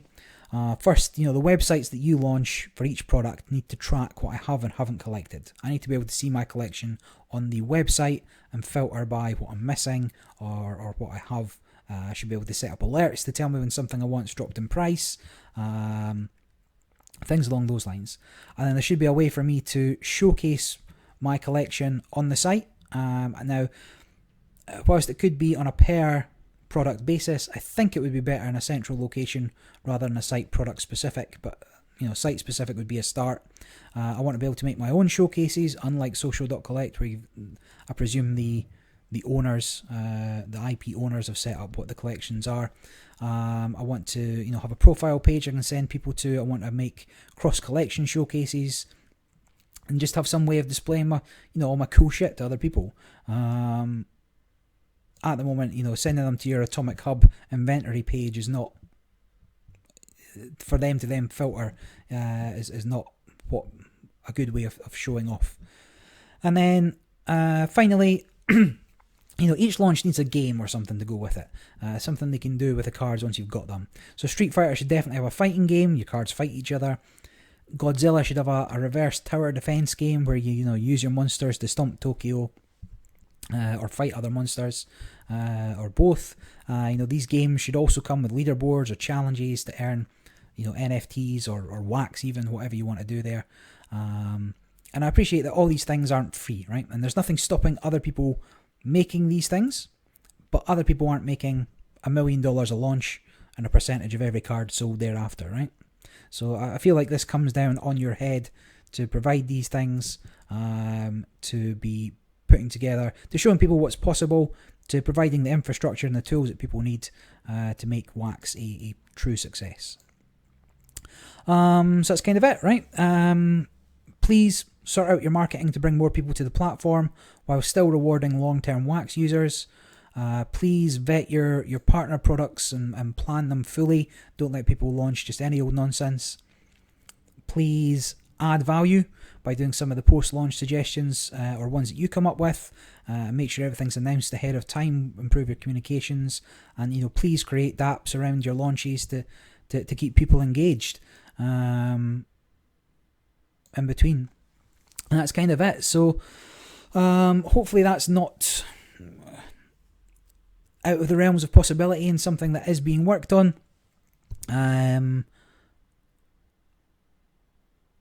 Kind regards, Barry, right? But before I go, there are a couple of significant releases still on my radar that have either just been announced or are close to launch, and I just wanted to look at them quickly before we sign off. First is Bitverse, launches in less today sometime, and it's the same old what you've done with it. And then we've got the Topps baseball series that was just launched, so let's go have a look at those. Can I drag this over here? Boom. So let's look at Bitverse first. This launches in 7 hours. So in 7 hours, this... Oh, how do I get that back? Please hold. Technical difficulties. Bitverse launched 7 hours, and it's the exact same problems I have with your website anyway, right? Or all your websites are the same. So a couple of good things here. They're limiting the releases. 3,000 gold packs, 6,000 silver packs. You get a slight discount for a gold pack, but that's it. Otherwise, it's the exact same percentages and stuff. Like I say, I don't think you even need to do that as long as people want to open your cards. The value should remain constant between the standard and the ultimate style there. So between these, there's only 150,000 cards total. Small release. All seems fine, but I've no idea what's in them, right? How do I know what I'm buying here? The only way I can really work it out, there's 42 original characters and 4 rarities, and I know there's 168 total, so I have to assume that each of the 42 characters come in each of the 4 rarities, which is kind of what it says, right? Each NFT bears out in 4 amazing rarities, but I can see 1, 2, 3, 4, 5, 6 different cards out of the 42. How do I know what I'm buying, right? How can I see them before before I make the choice whether or not to purchase? It just needs to be up, and it needs to be up a lot sooner than 7 hours before launch, so I can work out whether it's worth my time getting involved. One good thing about this, though, is that if somebody collects all 168 NFTs, they get a physical board game, like a deck builder, which is pretty cool. And that's certainly one area I'd love to see develop more, and Wax perhaps work on partnerships with. Digital ownership of physical cards could really propel some collectible card games along, trading card games along. Being in lockdown for a year, people are struggling to find ways of playing. We've got webcam tournaments. A few, very, very few trading card games have a dedicated digital client. Digimon has one. But Dragon Ball doesn't. Pokemon, I'm not quite sure what's going on with Pokemon. Magic's got Arena, but most don't have anything. If you were able to work with a physical trading card game manufacturer to put codes for NFTs into their product, there's a real market for that. Like, a big thing for why companies don't want digital versions of their games is because people don't pay for the cards. But if they have to pay for the cards to get them, then suddenly you've got and if they're getting a percentage of the secondary market, which is again often bigger than the primary market, I'm sure they'll be on board. Then we've got Wax.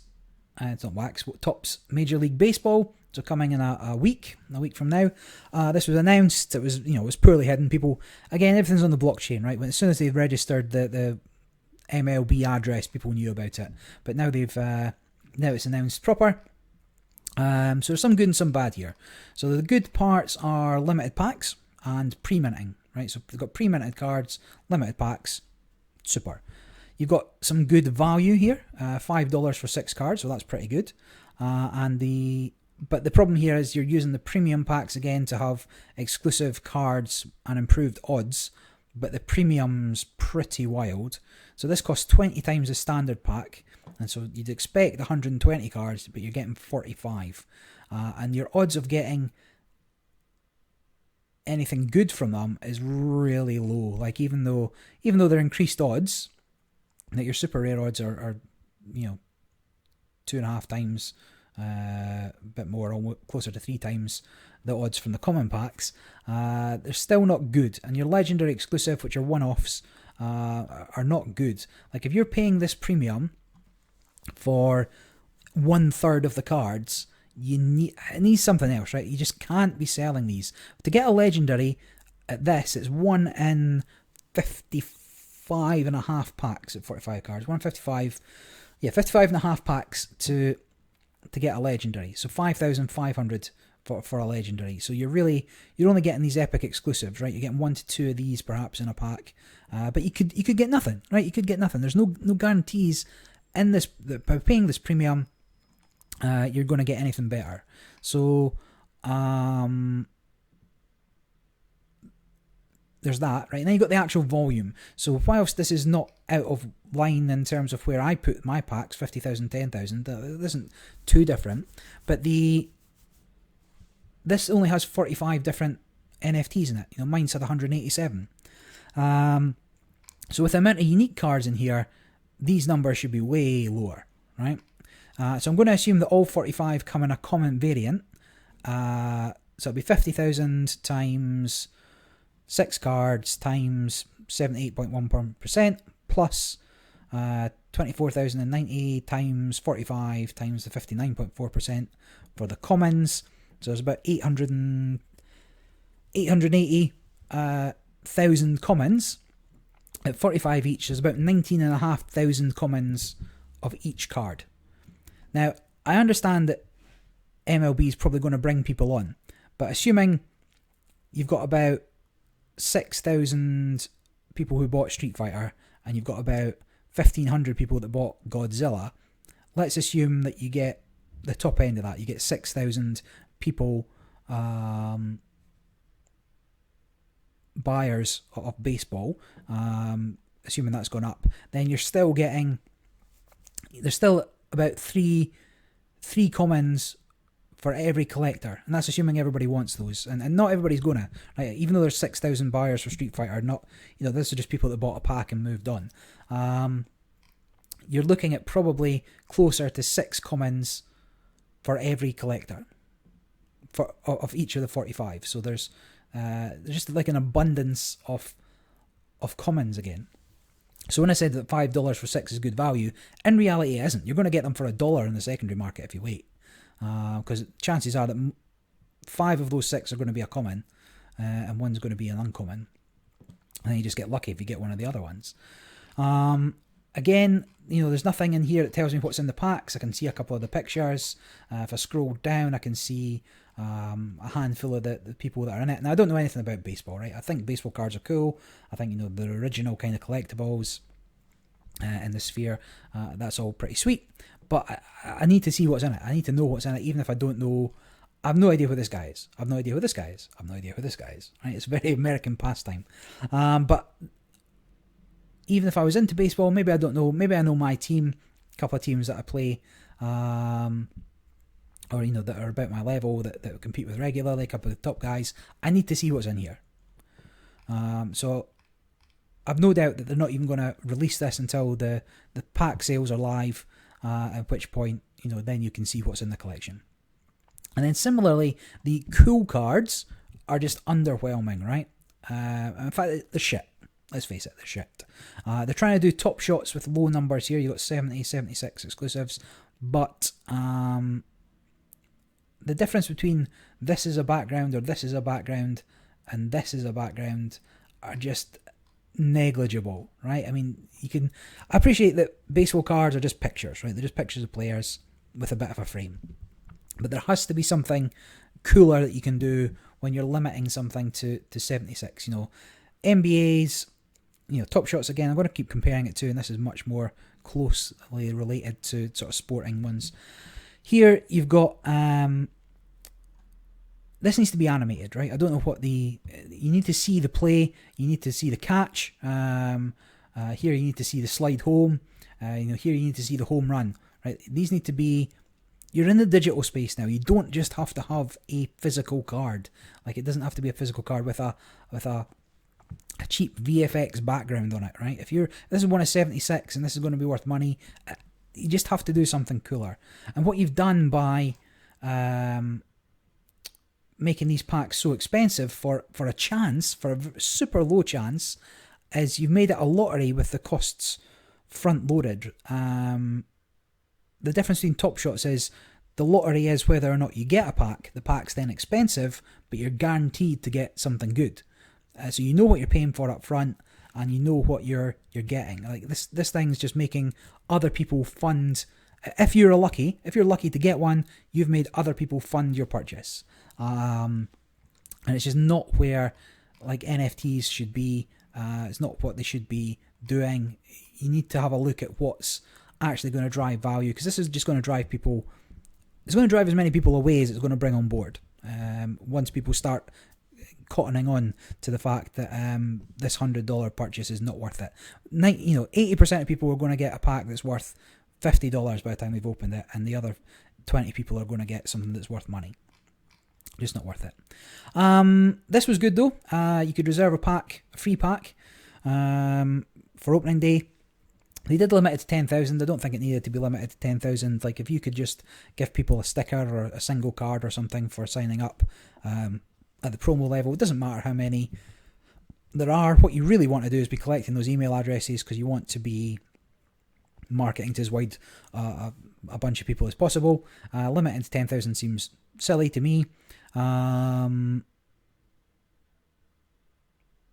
like I don't know who made that decision. Because you need to know how many people you're bringing on, right? And similarly, this 10,000 in some ways does reward the people already in the ecosystem, because it was announced on Twitter, Discord, and stuff first. Actually, do you know what? It was announced on like Business Wire or something first. I can't remember where it was published, and then 2 hours later, there was an announcement by the Wax team that you could come here. So again, you need to sort that out. But and then the last thing they've announced, which again is something I want to see, but more of it, is the plan to what they're going to do with the cards. So there's burn to earn. Where I'm saying there's 19,500 commons going to be out there, then this is a way that they're going to use them up, right? So they're going to burn up these useless commons. But again, they've not really explained what's going on. I assume that you can trade in 5 particular base cards to get two specific cards every week for the 5 weeks. So you're going to end up burning 5, 10, 15, 20, 25 cards to get these other cards. And if everybody does that, then sure, that's going to reduce the commons number. But I'm not a big fan of the whole system of burning to get something else. Why not just give people the something else in the first place, right? If it's value, they don't need to burn them. But anyway, this will easily be the biggest release if this all sells out, and I expect it will sell out. It'll be almost $2.75 million in primary sales, and I imagine the secondary market will go pretty crazy for a while on it. I'd love to see this succeed, but at the moment it's not really where it needs to. It's still not where it needs to be, and you've still not got any kind of supporting infrastructure for it once people have it. So that's that. I'm going to very quickly shill our services. Again, I'll clarify, we're not launched yet. We're still working out an actual business. But if you want us to handle some of your marketing, we've got our own PR marketing people. I've got 15 years in digital marketing. A few of the other people have comparable amounts. If you want to work with us on planning a collection, more than happy to do that. Either me or one of our project managers can help you work on your collection. If you have some art you want to bring to life, let me show you this. So this is a piece of art we did for Dark Country. So Dark Country produced the art. I reached out to them, asked if we could have a go at animating one of their pieces. I'll just fire up what we did here. It was never designed to be animated in the first place, but that's actually how we expect most of the art brands will be bringing to us will be. So it's interesting to kind of see how far it could be taken. It's not perfect. We can work to improve kind of what's there, but here you've gone from what would be maybe that's an uncommon or a rare piece of art, and this is like your super rare or your legendary version of the art. It's using the same assets you've got to make something worthwhile. If you want us to design your cards or your borders, or you want studio art, we can handle that kind of thing. If you want us to do a game design doc or something, here's so I raised a lot of these points already with Wax for the Street Fighter stuff. I did come up with a game for Street Fighter. It's an auto battler that takes into account the few choices you can make with the game.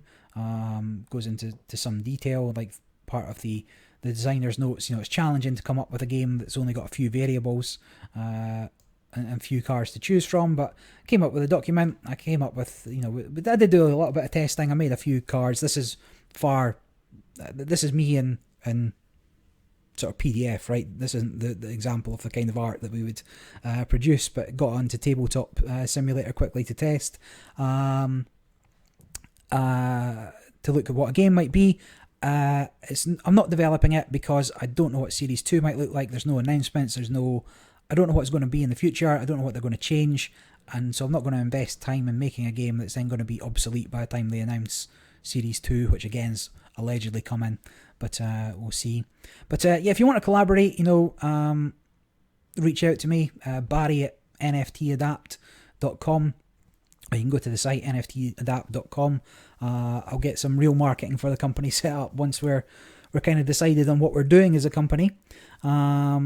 But until next time, this is NFT Decree on behalf of NFT Adapt, signing off.